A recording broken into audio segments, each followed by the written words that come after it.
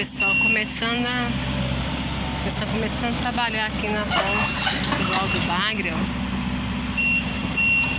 Só tá melhorando, graças a Deus. O Alto do Bagre, um lugar lindo, olha. Maravilhoso.